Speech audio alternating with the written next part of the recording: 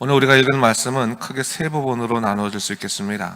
첫째 부분은 19절까지인데 세례요한을 통해서 본 현실 시대, 그들이 사는 우리가 사는 현실 시대의 문제점들을 다루고 있고, 두 번째 20절부터 24절까지는 당시 예수님께서 가장 권능을 많이 행하셨던 고라신과 벳세다에 대한 심판을 선포하시는 장면을 볼 수가 있습니다.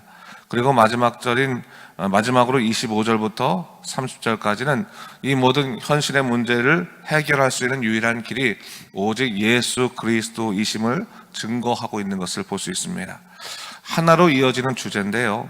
여러분, 하나님의 진리의 역사는 예전도 마찬가지고 지금까지 계속 선포가 됩니다. 그런데 문제는 뭐냐면, 죄라고 하는 것이 사람들로 하여금 이러한 놀라운 진리를 깨닫지 못하도록 방해한다는 사실입니다. 죄는 사람들의 눈을 가립니다. 얼마나 그것이 치명적인지, 얼마나 심각한지 깨닫지 못하도록 영적으로 눈멀게 하는 것이 이 죄의 기능이라고 볼 수 있습니다. 여러분, 한번 죄를 많이 짓는 사람들, 죄 짓기를 좋아하는 사람들에게 가서 당신이 죄인인지를 아십니까? 라고 물어본다면, 그럼 그 사람들이 내가 죄인입니다 라고 고백할 것 같습니까? 그렇지 않죠. 여러분, 그런 의미에서 본다면 회개라고 하는 것은 정말 예수 그리스도를 온전히 만난 사람들에게 허락된 하나님의 은혜의 선물인 것이 참 분명합니다.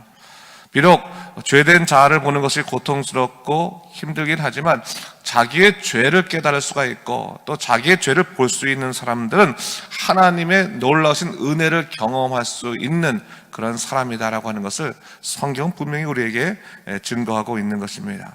그래서 여러분, 예수님께서요, 그러한 사람들을 만나서 선포해 준 가장 놀라운 축복의 선언이 무엇입니까?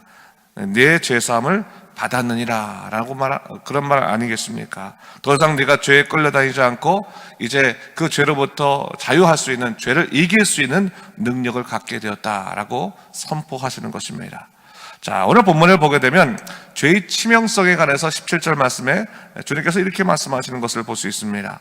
이르되 우리가 너희를 향하여 피리를 불어도 너희가 춤추지 않고 우리가 슬피 울어도 너희가 가슴을 치지 아니하였다 함과 같도다 했어요.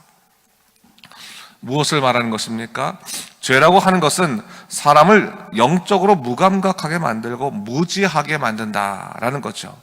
여러분, 죄를 짓는 사람들은요, 처음에는 죄를 짓고 나서 괴로워하고 후회하기도 하지만 죄가 반복될수록 그 죄에 대해서 무감각해지는 것입니다. 죄가 더 이상 그의 마음을 괴롭히지 않습니다.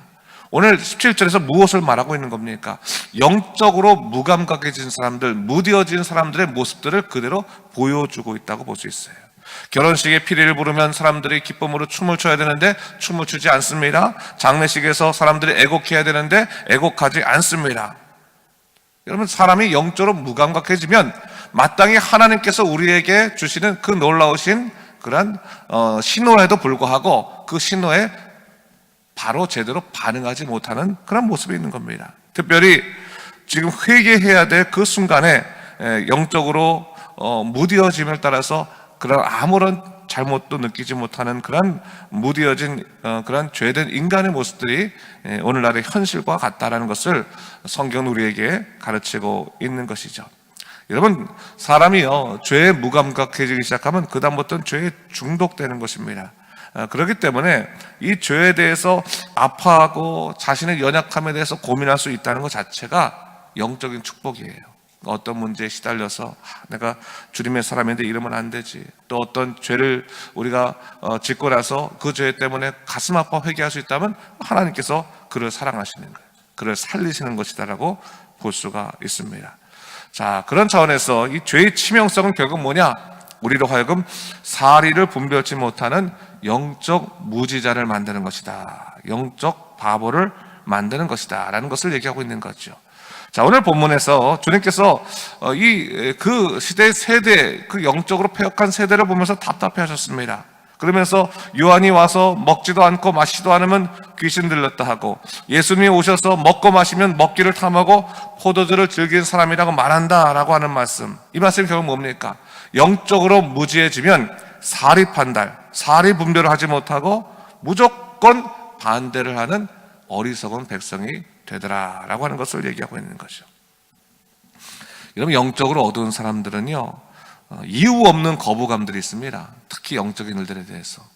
세상적인 일들에 대해서는 찬성도 하고 뭐 기뻐하고 그러지만, 영적인 일들에 대해서는 그것이 정말 하나님의 뜻인지 아닌지도 묻기 전에 그대로 거부감을 갖게 되는 거예요. 무조건 싫은 겁니다. 이런 이유로 싫고 저런 이유로 싫고. 그래서 영적으로 연합되려고 해도 무조건 거부 의사를 표출하는 것, 이것이 결국은 사실은 영적인 무지에서부터 온다는 사실을 기억해 볼 필요가 있습니다. 그 대표적인 곳이 어디냐? 오늘 예수님께서 20절 이후에 뭡니까? 가버나움 근처에 고라신과 벳세다의 예를 들면서 영적으로 어리석은 사람들의 모습을 이야기하고 있습니다. 그들이 문제가 무엇이었습니까?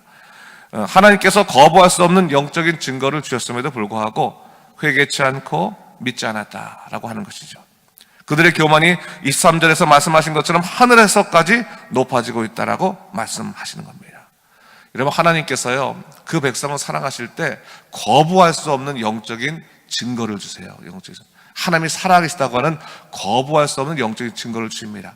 근데 그럼에도 불구하고, 그 영적 증거를 봤음에도 불구하고 하나님을 믿지 않는 것은 정말 얼마나 어리석은 일인지 모릅니다. 오늘 그 고라신과 벳세다가 그랬다고 하는 거예요. 거부할 수 없는 하나님의 놀라신 역사의 증거를 줬어요. 하나님이 살아계시다는 증거를 허락해 주셨습니다. 그럼에도 불구하고 영적으로 얻은 이 벳세다와 고라신을 보면서 주님께서는 심판을 선포하시는 거죠. 심판을. 자, 그러면서 주님께서 25절 이후에 감사 기도를 하시는데 뭐라고 감사 기도를 하고 계십니까? 25절 제가 한번 읽어보겠습니다. 그때 예수께서 대답하여 이르시되 천지의 주제이신 아버지여, 이것을 지혜롭고 슬기 있는 자들에게는 숨기시고 어린 아이들에게는 나타내심을 감사하나이다 했어요. 여러분, 이거는 어떻게 보면 역설적인 비유라고 볼 수 있어요. 여러분, 세상에서 똑똑하다는 사람들, 많이 배웠다고 하는 사람들, 뭔가 세상을 안다는 사람들, 그런 사람들 오히려 예수 그리스도의 놀라운 능력들을 깨닫지 못하는 어리석음 속에 사로잡혀 있다는 것을 얘기하는 거죠. 하나님의 놀라운 역사가 선포되었음에도 불구하고 소위 슬기 있다라고 말하는 사람, 지혜롭게 있다고 말하는 사람, 그런 자들에게는 보이지 않는 마치 숨겨진 진리처럼 보이는데, 그 마음이 순수하여서 모든 것을 잘 받아들일 수 있는 어린 아이와 같은 사람들에게는 하나님의 놀라운 진리가 나타내셨다. 그것을 주님께서 감사한다라고 얘기하는 거예요. 여러분, 세상 것에 아주 똑똑하고 세상 지식이 많다고 해서 하나님의 사람으로 바로 서는 것이 아닙니다. 하나님께서 우리에게 어린아이 같은 심령을 주셔서 말씀을 주시면 그대로 받아들일 수 있는 마음을 가질 수 있는 것 자체가 축복입니다. 여러분, 그것을 얘기하고 있는 거예요. 하나님의 증거를 주시면 그 증거로 인해서 정말 믿음으로 굳건히 살 수 있게 된다면 그것이 바로 축복입니다. 그것을 성경은 우리에게 얘기하고 있는 것이죠. 그러면서 복음의 진리에 대해서 정리를 하시면서 오늘 28절에서부터 30절까지, 그렇다면 우리가 영적으로 깨어있기 위해서는 어떻게 해야 될까를 이렇게 말씀해 주고 있습니다. 28절부터 30절까지의 말씀을 다시 한번 우리가 읽어보도록 하겠습니다. 시작. 수고하고 무거운 짐진 자들아, 다 내게로 오라. 내가 너희를 쉬게 하리라. 나는 마음이 온유하고 겸손하니 나의 멍에를 메고 내게 배우라. 그리하면 너희 마음이 쉼을 얻으리니 이는 내 멍에는 쉽고 내 짐은 가벼움이라 하시니라. 아멘. 예수님께서 분명하게 이야기해 주셨습니다. 세상에 나가서 여러 가지 일로 수고하고 고통받고 또 마음이 힘든 그런 무거운 짐을 진 모든 사람들은 너희 삶의 자리에서 그 문제를 해결하려고 하지 말고 그 문제를 가지고 주님께 나오라는 거예요. 나오라. 적극적으로 나오라. 그러면 주님께서 그들을 쉬게 만들어 주겠다라고 말씀해 주시는 거예요. 이 말씀은 참된 쉼, 참된 안식은 어디 있다고 하는 겁니까? 오직 하나님에게 있다. 예수 그리스도만이 주실 수 있음을 분명히 선포하고 있는 거예요. 여러분, 세상 속에서는요, 우리가 쉼의 자리가 세상에 어디인가 있을 거라고 생각하고 사람들이 부지런히 정말 열심히 세상 속에 있는 쉼의 자리를 찾고 있지만 진정한 쉼의 자리는 오직 하나님에게만 있습니다. 오늘 주님은 그것을 분명히 얘기하는 거예요. 너희가 세상의 일들 때문에 힘들고 어려웠다면 더 이상 세상에 있지 아니하고 내게로 나오라. 그러면 내가 너에게 쉼을 주겠다라고 말씀하시는 거예요. 그러면서 나는 마음이 온유하고 겸손하니 나의 멍에를 메고 내게 배우라. 그러면 너희 마음이 쉼을 얻을 것이다 라고 얘기하고 있어요.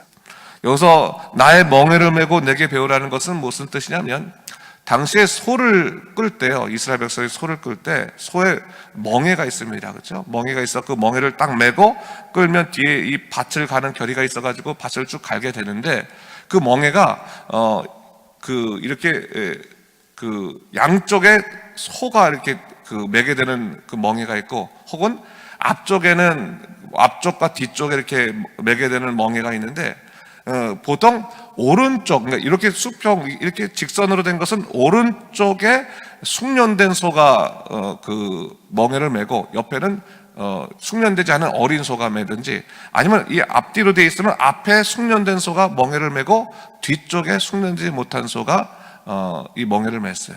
그게 무슨 말이냐면, 그래서 자연스럽게 그 멍에를 메고 일을 하는 동안 그 숙련된 소의 그 기술들을 비숙련된 그러한 소들이 배워갔단 말, 어린 소들이 배워갔단 말이죠. 그런 말을 의미하는 거예요. 그러니까 주님께서 멍에를 같이 매 주시겠다고 말씀하시는 거예요. 너희는 지금 멍에를 메지만 힘을 쓰진 말고 그 멍에 너희 몸을 기대고 있으면 너희가 나를 통해서 그 모든 것을 배우게 될 수 있을 것이다 라는 것을 얘기하시는 거예요. 그러니까 여러분, 주님께서 주시는 멍에는 우리를 힘들게 하시는 멍에가 아니라 세상을 이기게 하시는 예수 그리스도의 사랑의 그런 증거임을 우리가 알 수 있어야 되는 겁니다. 여러분, 주님께 나와서 기도하고, 때로는 주님께서 우리 삶 가운데 기도의 제목을 주시고, 또 살도록, 또 주님을 의지하도록 만들어주시는 모든 것은 주님께 의지함을 통해서 승리할 수 있는 삶을 얻게 하시는 주님의 가르치심이다. 주님의 사랑의 멍에이심을 다시 한번 성경 우리에게 이야기하고 있는 거죠. 그래서 나의 멍에를 메고 내게 배우라고 말씀하시는 거죠. 그러면 너희 마음에 주님과 함께라면 나는 문제 없습니다, 쉼을 얻을 수 있다라고 하는 것을 이야기하고 있는 것입니다. 그래서 내 멍에는 쉽고 내 짐은 가볍다고 하는 표현이 나오는 겁니다. 주님이 모든 멍에를 다 짊어지니까. 그러니까 여러분, 이스라엘 백성들의 그 멍에 자체가 숙련된 소가 70% 내지 80%의 무게를 다 감당하는 거예요.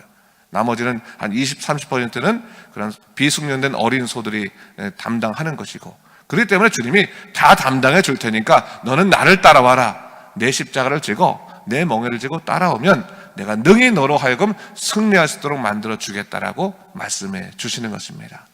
사랑하는 성도 여러분, 오늘 주님께서 하신 말씀들을 분명히 들으시기 바랍니다. 주님에게 해답이 있다는 거예요. 인생에 정답이 있다, 길이 있다라고 분명히 말씀하십니다. 그러므로 주님께 따라가고 주님의 십자가를 우리가 함께 지고 믿음으로 나갈 수 있는 능력의 삶을 살아가기를 주님의 이름으로 축원합니다. 기도하겠습니다. 주 하나님 아버지, 참으로 감사합니다. 이 아침에 우리를 주의 전으로 불러주시고 다시 한번 말씀을 통해서 이 땅을 살아가는 그런 방법을 또 깨닫게 하시니 감사합니다. 하나님께서 매 순간 주님께서 살아계시다는 증거를 우리에게 보여주시지만, 인간이 완악하여서 주님이 살아계시다는 증거를 보고 믿지 않는 경우들이 너무나 많았습니다. 그러나 오늘 주님께서 말씀하십니다. 내가 너에게 증거를 보여주었다면 너희는 믿고 따라오라 말씀하시면서 내가 바로 너희를 쉬게 하는 그러한 하나님이심을 다시 한번 말씀해 주셨습니다. 주 하나님 아버지, 우리 인생이 힘들고 어려울 때 오직 주님을 바라볼 수 있도록 인도하여 주시옵소서. 주님만을 통해서 힘을 얻고 능력을 얻을 수 있도록 주여 우리를 인도하시고 주관하여 주시옵소서. 이 새벽에 나와서 기도하는 믿음의 사람들에게 하나님께서 은혜를 허락하시고, 하나님 기도하는 제목마다 승리의 역사가 있도록, 응답의 역사가 있도록 인도하여 주시옵소서. 감사드리며 이 모든 말씀 예수님 이름으로 기도드립니다. 아멘.